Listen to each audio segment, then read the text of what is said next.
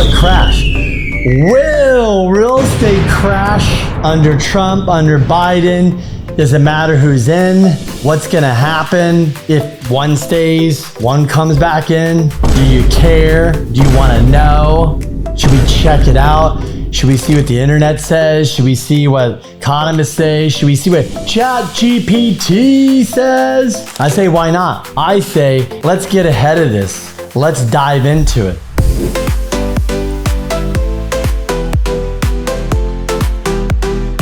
And let's be honest, guys. Is it gonna matter? Is anything that a president comes in, does, says, means, any of that stuff, do you really think that it's gonna make a difference? Do you really think they're gonna move the needle? Are they gonna get rates out? Are they gonna get inflation out? How are they gonna give us more inventory? Are they gonna quit spending our hard-earned money that's keeping inflation up, that's keeping rates up, that's killing us? I mean, if you're stuck in a 2, a 3, a 4% loan, how the hell are we gonna get out of this? Commercial, my gosh. Talk about a depression. I mean, that stuff is just crazy. So, I don't know, but today I want to dive in. I want to get into it. I want to see, we're going to go through, the economics of it. We're going to go through how inflation, the rates, the whole thing, like what their policies are from regulation, because hey, regulation is going to hurt, right? It could kill banking. It could hurt lenders from lending. It could choke lenders, freeze people up. Are they going to get inflation down? How are they going to do that? Are they going to help first-time home buyers? Are they going to help create more housing? Like, what exactly are they going to do? What we really want to know is, how are you going to get rates down? Because in real estate, that's what we need the most. What's up, everybody? Welcome back to another episode of Getting the Cashflow Game with K and K. And today it's only K, and eventually we'll try to get K back on. But I'm just running, I'm moving and grooving. I'm just keeping going. So if K's not here, don't worry. I got you guys covered. But welcome back. Good to see you. I'm just making these solo ones because there's so much data. There's so much stuff to talk about. And look, we got an election year, and election years are exciting. Let's be honest. I mean, they're exciting because there's a possibility of change. There's a possibility of lower rates, inflation coming. There's a possibility of a new economy, a new administration.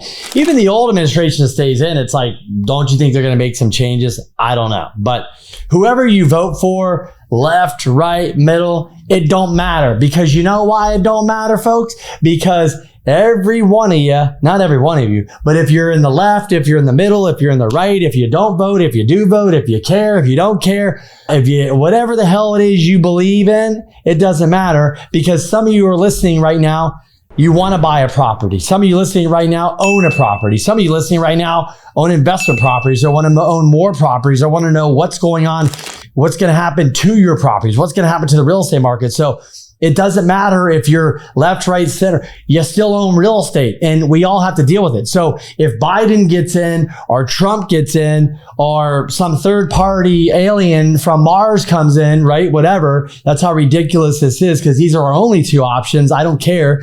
This is what we're stuck with is, what does that mean for real estate? What does that mean if I'm a real estate agent, a loan officer, and title escrow appraiser? What if I'm a real estate investor? What if I'm a first-time home buyer? What does this mean to the overall business? Are they going to make things better? And better for us would mean, like, we need more inventory. And how do we get more inventory? We need to get rates down. And are they going to be able to get rates down with getting inflation down? Because according to Jerome Powell, we need inflation to come down to get rates down. And then we need the job market to get weaker, so then we could get rates down and all this crazy shit. So it's ridiculous, but that's what we're stuck with. So I want to go through the facts. I want to see what they're proposing. I've got it all written down here. I've got my laptop up. Yeah, I'm going to be reading. Yeah, we're going to be going through some articles and maybe some YouTube stuff and listening to stuff. You're going to go through it with me. But hey, if this is your first time here getting the Cashflow Game, hey, I appreciate you stopping by, checking us out. We've been doing this for a while. I think we're over a couple hundred episodes now. And if you don't know anything about me, my name's Kenny Simpson. I focus on 1 to 4 unit financing, helped over 5,000 clients, funded billions of dollars. You should probably go check out my link on the website, getthecashflowgame.com. There'll be show notes, whatever. Go check me out. You can look at the bio about all the other stuff I've done in real estate. My wife's not here. She does commercial financing, but we own in properties. We invest, we used to manage properties, all that stuff. So we have a good background in this. I shoot a lot of content. I study the data. I watch what's going on out there week over week, month over month, year over year. So I can break it down and give it to you. So I'm going to go through as best I can with what we found on the good old internet, and who knows if this stuff is true, who even knows if they're going to do any of this stuff, but we'd like to know what the hell to expect, what's going on, and whoever's in office. Do you think they're going to crash the market? Do you think they're going to make things worse? Will the economy fall off a cliff?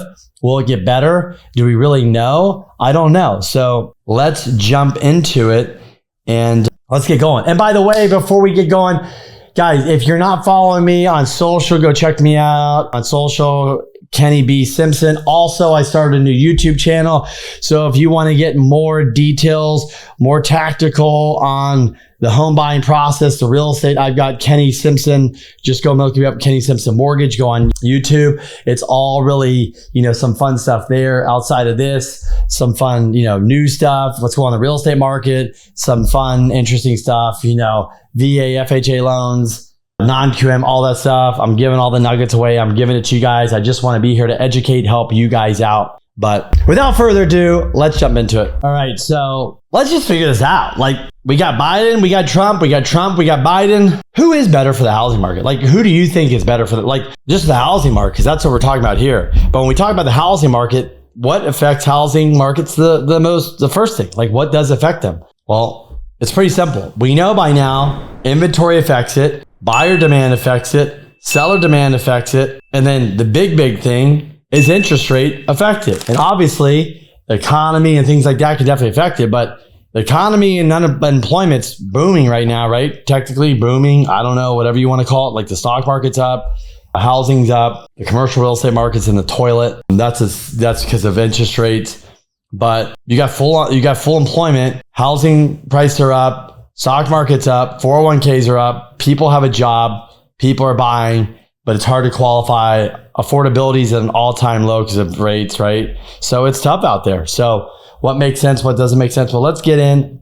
Let's take a look at the two. So if you're a homeowner, you're a real estate investor, you're going to buy a home, you're a first-time homeowner, you're a renter, and you're watching this and you want to know who's better. It doesn't matter who's better, but let's look at their policies. Let's see what they're going to do. Let's dive into it. So let's start with the five major forces that we face in society. Number one is debt. Number two, economic growth. Number three, geopolitical. Number four, climate. And number five, technology. These interconnected forces will shape the economy and housing market in 2025. Okay, debt. Biden's approach on debt. Focus on reducing income inequality, increasing taxes on the wealthy, propose plans for increased government spending on infrastructure, social programs, potentially increasing national debt, but aiming to stimulate economic growth. You just said to reduce. He didn't say to reduce the debt. He said increase the national debt. Doesn't that increase inflation? Okay.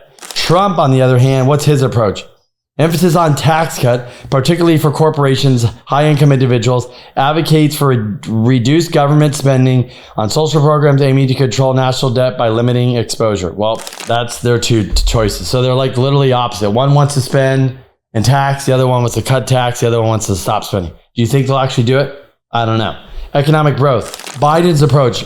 Plans to invest heavily in infrastructure, which is happening right now. By the way, we'll get to that. Clean energy and education to stimulate job creation and economic growth. Support for raising the minimum wage. In California, we've already done that. That's causing problems.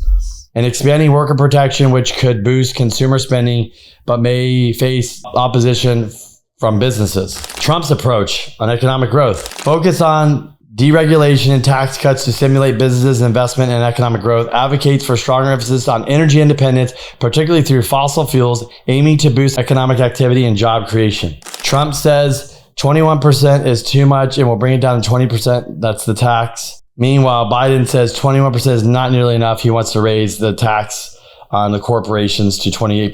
Biden aims to increase tax on wealthy, including unrealized gains, and maintain smaller tariffs while supporting the independence of the Federal Reserve. Trump focuses on tax cuts, energy independence, and using tariffs strategically, but faces criticism for potentially increasing costs to consumers.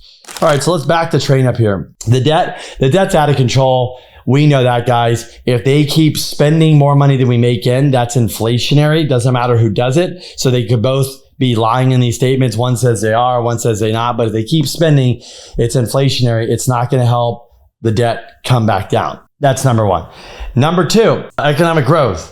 So they kind of obviously infrastructure. So Biden's infrastructure and all that. So what typically has happened in a cycle like this is that in 2008-9, 1 million construction workers lost their job, which would have happened now. But because of all the infrastructure bills and all this, not doubting the government, they probably need to do it. They're spending the money. That's not helping inflation. Those million construction workers have jobs. If we're in a normal cycle, normal economy where they were not having trillions of dollars in infrastructure spending, we would have 1 million probably construction workers unemployed. We would be in a recession.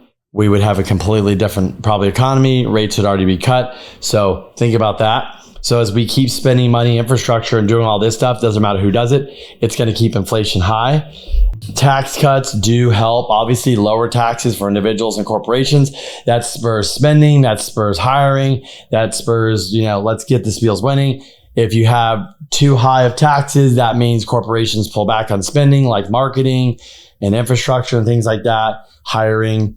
And so that could cause a problem. Trump also wants to... We've been working on this for the past few months. We always want to bring as much value as we possibly can. And our partner, Prime Corporate Services, is all about bringing you a service you can't get anywhere else at a price you can't get anywhere else. Whether you're new to owning a business or owning a property, or you're an experienced property owner or investor, Prime Corporate Services is not only going to help you, but they're going to make the process so much easier. So if you book a call, the first thing they're going to do for you is help you understand what your business structure should look like, your corporate structure, tax planning, estate planning, all of that. Maybe you're saying, I'm brand new to starting a business and all this sounds foreign and complicated. Remember, this company helps new people just getting started every day. They're going to help you form the entity that's best for you and walk you through the process. Before I found this company, we paid thousands of dollars to other attorneys, CPAs, and consultants to try to understand exactly how we need to be structured to be as protected as possible. We've also gone the other route and used online platforms to form entities which unnecessarily put us at risk. You guys, you don't have to do that with this company. They'll do all of these things for you at a reasonable price, so you never have to think about saving money at the expense of exposing yourself to liability. We've searched high and low, and you will not find this much value anywhere else. All you have to do is schedule a free call today. Just go to primecorporateservices.info/GITCG. Once again, that's primecorporateservices.info/GITCG. We'll also leave the info for you in the show notes. So the tariffs that Trump wants talking about, I don't know much about the tariffs. That's not my thing. But basically what they're saying, he's saying, administration's saying that if he does these tariffs, it could raise $1 trillion a year, which is an enormous amount of money. If that really was the truth, that would mean less taxes on the people. That could mean that products are going to be more expensive that we buy from China or other places, wherever he's going to do that. But think about it, if we had an extra $1 trillion, would we spend an extra $1 trillion? That's probably, I guess we have to check. It's like if you're going to spend more than $1 trillion and we're going to get taxed, it's going to cost us more than $1 trillion to buy these goods. Then is it worth it? But then the other thing is if we get $1 trillion more savings and we could not have to have a budget of 7 trillion when we take in 4 trillion, maybe we can bring that down and start paying down debt. So at some point we do have to pay down debt, because if we don't, it's going, all of our money is going to go to interest, and it's going to eat away that. So we do need to pay down debt. We need to save money. If this is a way to do it without inflationary stuff getting out of control, that could be a good thing. So I don't know much about that. Maybe you guys know more than me.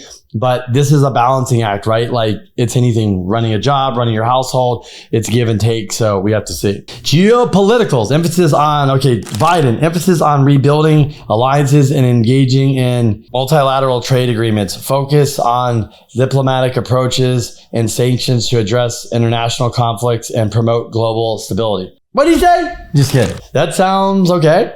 Trump, a preference for bilateral trade deals and more confrontational approach to trade. I agree with that, particularly with China. Use of tariffs as a tool to negotiate better trade terms and protect American industries, though this can lead to increased cost consumers. I got a question though. If we get less, all these other countries I'm just saying is, right, as a country, if we support ourselves more, could we just make it here? And yeah, this shirt that comes from China, cool, it cost me $25, but if we make it here and it costs me $40, and I know that I'm supporting an American business, I'm supporting an American job, and I'm supporting America, wouldn't that make us more richer as a country, give back to the country, put more money back in our pockets, make us more money, more tax dollars, bring deficits down that? I mean, am I right? Am I doing this wrong? Like, don't we want to make more products here, like the chips and the drugs and all this shit, and quit depending on foreign people? I know, trust me, these shirts are cheaper overseas and that, but if we're going to already pay more with the tariffs, why don't we just make the stuff here and like help companies here boost up and be more manufacturers here? Like, can we do that? Does that make sense? Doesn't that save money? Both geopolitical here. It's like, obviously one is less, not going to focus on trade as much, whacking them. The other one's going to focus Trump on trade, whacking them and saying, we want better terms. But I'm guessing overall, that is going to be a big factor, the trade, saving money, costing us money and all that stuff. The next one about climate, right? And why do all this matter? Because look, guys, economic growth matters for real estate. Geopolitical growth, obviously, because if we can't get inflation down or this stuff starts going or our deficit's out of control or spending, that is going to reflect interest rates, the Fed and all that. So all this stuff is what the Feds talk about, meet about. This is all in their wheelhouse. This is all part of it. Maybe they're not coming out talking about it, but this matters to them. Climate. Yeah, climate, obviously climate. What does this matter? Of course it matters. Look at places like California, Florida, and other places that are getting hammered. Why does this matter? Because the more hurricanes we have, the more floods, the more rains, the more fires, and all this crap. Insurance is a problem. It's going more expensive. We can't get insurance. That affects real estate. So climate does affect real estate. It really, really does. Biden's climate approach, strong focus on addressing climate change through investments in renewable energy, enforcing environmental regulations, commitment to rejoining international climate agreements, and setting ambitious goals for reducing carbon emissions. So Trump's prioritizing economic growth over environmental regulations, supporting fossil fuels industry and rolling back environmental protections. Skepticism of international climate agreements, favoring domestic energy production and economic interests. So obviously climate control matters. I don't know. Look, I don't have enough to comment about it. I don't know if EVs are working or not working. I mean, they're great to drive. You don't have to go to the gas station. You save money, but is it better in the long run for our economy, for real estate, for things like that? Obviously, if weather gets worse and worse, which would flood more hurricanes, more tornadoes, more wind damage, more all that stuff that we deal with, tornadoes, earthquakes, whatever it is, that would affect housing, that can affect insurance, that could be houses falling off a cliff. So absolutely, climate, if you believe in climate change or not, or whatever, it doesn't matter. If there's more storms going on now than there was, or inflation's higher and all this shit, we're going to get whacked more with insurance. If you live in California or Florida, other parts, you probably noticed your insurance got canceled, your insurance went up, you got to move stuff around. It's ridiculous. So climate matters because that is why our stuff's going up. It's climate mixed with inflation costs. Boom. Number 5, technology. Okay, Biden promotes investments in research and development, particularly in clean energy, advanced manufacturing, supports regulation to ensure technology companies protect consumer data and promote fair competition. I agree with that. That stuff, we need to keep growing. We also need to protect consumer data and promote fair competition, all that. I totally agree. So, hey, let's quit selling trigger leads. How about one of those? So our clients, when we go to pull their credit and get a loan, they don't get called by 100 idiots. Sorry, but please pass that bill, Trump, Biden, whoever you are, because that's super obnoxious and annoying. And we would love to have some regulation around that because our clients are sick and tired of getting blown up and harassed. So technology can fix that. Trump's approach, focus on deregulating the tech industry to encourage innovation and investment. Emphasis on protecting American intellectual property and addressing technology theft, particularly from China. Agree with that. China quit stealing our shit. So who is really right on the choice? Who's better for the housing market? When you ask experts such as Ray Dalio of Bridgewater Associates, they say that Biden and Trump present potential threats to market stability due to their policies and political uncertainties. Wow. In a nutshell, Biden approach focuses on affordability, fair housing, infrastructure investment, potentially benefiting low and middle income families, but introducing regulatory changes and inflation risk. Trump's approach emphasizes deregulation, economic growth, low taxes, which could boost homeownership and investment, but may neglect affordability and fair housing issues. Each approach has different implications for various segments of the housing market and broader economy context. If Biden wins, expect increased progressiveness and Democratic Party affecting taxes and policies. If Trump has a victory, could bring more nationalistic, conservative approach impacting governance and international relationships. Economy. Are you better off 4 years ago than you are today? Ronald Reagan used that formulation for the first time in 1980. 4 years ago, we were smack in the middle of the COVID pandemic. Lockdowns were happening everywhere. GDP growth was falling off a cliff. Employment, we lost 22 million jobs in just 2 months in 2020. And we had a really short, but a really deep recession. It only lasted 2 months, but huge wipeout in employment. During the rest of the Trump presidency, his last year in 2020, the economy did begin a slow recovery, helped in large measure by all that fiscal stimulus and a lot of monetary stimulus by the Federal Reserve. So the economy in the last year of the Trump presidency was pretty bad. And I think you could even argue that some of the things that were happening then laid the groundwork for the inflation that surged in President Biden's second and third. Joining us now to debate the Trump economy and the Biden economy and future plans. Stephen Moore is a senior economic advisor to the Trump 2024 presidential campaign, the co-founder of the Committee to Unleash Prosperity. Also, former Council of Economic Advisors Chairman Jason Furman. He's an economics professor at Harvard's Kennedy School of Government. And wow, we're going to break some new ground here, Steve. If Trump were to regain the presidency, former President Trump, what are some of the planks of his plan? I'm seeing something about even further cuts for corporate taxes. Is that really being considered? Hey, Joe, good to be with you, and good to be with Jason as well. Look, I think there's no question the top priority will be to make sure that those tax cuts that Art Laffer and I and Larry Kudlow and others helped put together for Trump, and we did it. There was a lot of controversy about whether it would work. And all right, guys. So there's some of the first highlights. That's us looking at reels and news on stuff. But I thought, why not ask ChatGPT what the pros and cons are for Biden and Trump? So let me jump into it. Here we go. Okay, so I'm reading here. Pros, affordable housing initiatives. Biden administration has focused on increasing affordable housing through various initiatives such as expanding low-income housing tax credit and providing funding for new housing development. Efforts to reduce zoning restrictions and promote multifamily housing could increase housing supply and affordability. Support for first-time home buyers. Biden proposed a $15,000 homebuyer tax. We know about that.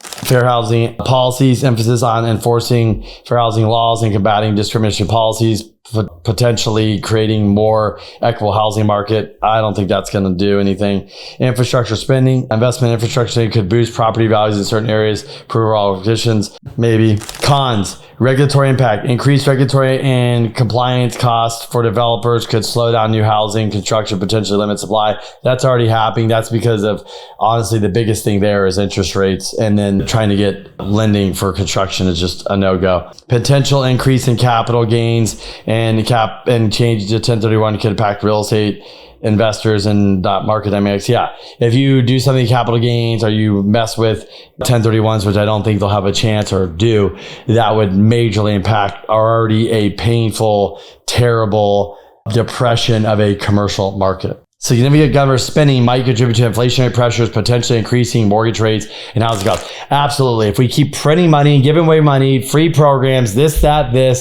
the government keeps spending more than we take in, inflation's only going to go down so low. Everybody knows this. We're already living it. They already printed all this money, which knocked up inflation. So anyways, with that being said, I don't see how if we continue spending money, how we're going to get inflation down to an area which is respectful. Okay, Donald Trump. The pros, deregulation. Trump's administration focused on reducing regulations for developers, which could potentially increase housing supplies and lower construction costs. Yes, but rates still have to come down and lending has to get better to do that. So tax cuts and economic growth incentives could lead to increased disposable income and higher ownership rates. Absolutely. Tax cuts are always good because you keep more money in your pocket. and you'll put it back into buying stuff and the economy going. Support for homeownership policies that favor lower taxes and less government intervention may appeal to investors and homeowners looking for less regulated market environments. Cons, affordable housing challenges. Less focus on affordable housing initiatives could lead to continued challenges in housing affordability for low and middle class families. Fair housing concerns, reduced emphasis on enforcing fair housing laws might perpetuate discriminatory practices and limit housing opportunities for marginalized communities. Market volatility, economic policies that favor deregulation might lead to market volatility and risk, potentially destabilizing the housing market. So here's my two take on all this, and this is what's going to matter with real estate because we're all living here. What's going to matter is you can give all the first-time home buyers all these credits, all this stuff. All you're going to do is have more buyers come to a market where there's not enough inventory. What we really need to do is fix two things in this market. Number one is we need to get interest rates down to get housing out of a recession. Housing's out of a recession. What do you mean it's in a recession? Because there's not a lot of transactions going on. People want to buy, people want to sell, people need to refinance. That is really hard when rates are at 7%. So we need to get interest rates down. How are we going to do that? Well, we need to stop putting money into the economy we don't have from the government. We need to get job market, need to see more pain, and need to get inflation down. That is number one for sure with the housing market. So the other thing is construction. Yes, you can do less regulation, all this crap. That's great. But if you do not bring interest rates down, you do not get banks lending and construction financing, you're going to have a problem. The third thing these guys are probably going to have a problem on their hand, either one of them, is they're going to have a banking sector. All these smaller mid-tier banks are going to go through a lot of pressure tests, a lot of anxiety with all these commercial loans sitting on their books that are coming due. Do they mod them? Do they refi? Do they have to foreclose on property, short sale, whatever it is? At some point, depending on how big or small this problem is, if it's really big, they are going to have to deal with this through coming in with money, saving the banks. I don't know. But at some point, this could affect the economy, could affect housing, lending, and all that. Also, depending on who wins, if you overregulate, you're going to overregulate banking. They're going to lend less. They require more reserves. You really don't need banks to lend less now. They're already lending less than they want to. You need to incentivize banks to lend. You need to incentivize builders to build. And you need to incentivize people to feel comfortable, to feel confident in the housing market to go out there and buy a house. But it's really hard when affordability is low, when there's no inventory. You feel like you're overpaying for a house and interest rates are high and they suck. So what really moves, what is going to matter in the real estate market is if it's Trump or Biden. Folks, we need them to get inflation down. We need them to get rates down. That is what they need to do. If they get rates down, if they get inflation down, and we start getting some momentum and liquidity back in the market, so that will solve a lot of these problems. There'll still be issues. The other thing is they do need, like across the board, push local governments, like in San Diego, California, other places, to guys ease up on the regulations. Go get through the building process faster. Let people build. Get out of the way. Less red tape. All that stuff would help. So builders would build even on a smaller, bigger scale when things come back and it's more fluid. Builders want to build. They want to do that. But these over-regulated states, that's too much red tape. We need to get rid of that. We need to just make things easier for people to build and, so we can have housing. With that being said, that's it. I'm not here to give my opinion on who's going to win or not. I'm not here to give my opinion on what I think about this. There is the data. I think that whoever gets elected, that's great. What's going to matter for real estate is that Mr. Jerome Powell, if you are still in office, at some point you need to land the plane. At some point you need to cut rates. At some point we need to really look in the data to make sure it's correct. But also the government at some point needs to quit spending money we don't have and plowing money into economy that's keeping stuff expensive, keeping too many people, I guess, employed. Is that even what? Too many people are employed. Too many people are spending money. But we also need to be able to build faster, build cheaper, and so bring costs down and just work with builders, flippers. Yes, you need more flippers to take these crappy homes and put them on the market, but we need to catch up in this race. Guys, I hate to say it, but we are going to have a lack of building over the next 3-4 years because of these rates and trying to get loans. So we are going to have more housing issues in the future with rents going up, And with housing probably going up in certain pockets because we're just not going to build enough and it's too much of a pain in the ass to build in certain places like California. So that's it. Wasn't too bad. We got through it. Let me know your thoughts. Hey, share this with somebody. Like, comment. Love you guys. Until next time, be good. If you need anything, reach out. I'm here for you. Talk to you guys soon. If you're already a real estate investor, you know that aside from cash flow, you also get huge tax benefits by investing in real estate. But are you taking full advantage of all the potential tax benefits? We've been working with Tim Looney at CSSI for a few years now, and he's saved us and our clients hundreds of thousands, if not millions of dollars in taxes doing cost segregation studies on their properties. Let me give you a few examples. We bought a property in 2019. If we had just used straight line depreciation, we would have saved about $18,750 in taxes. But because we did a cost seg, we saved $258,000. That's $239,350 more than standard straight line depreciation in the first year. The other great thing is, if you're classified as a real estate professional, you can apply this to other sources of income like W-2 or 1099 income, and you can also roll over any unused depreciation to future years. If you've owned your properties for a few years already, don't worry, you can still do a cost seg and save big on your taxes. This is not tax advice, so consult your CPA to see if you qualify to take advantage of these benefits. Call or text Tim at 318-469-9861 to get your complimentary property analysis. Once again, that's 318-469-9861. And I'll also include his information in the show notes. You guys don't want to miss out on these tax savings.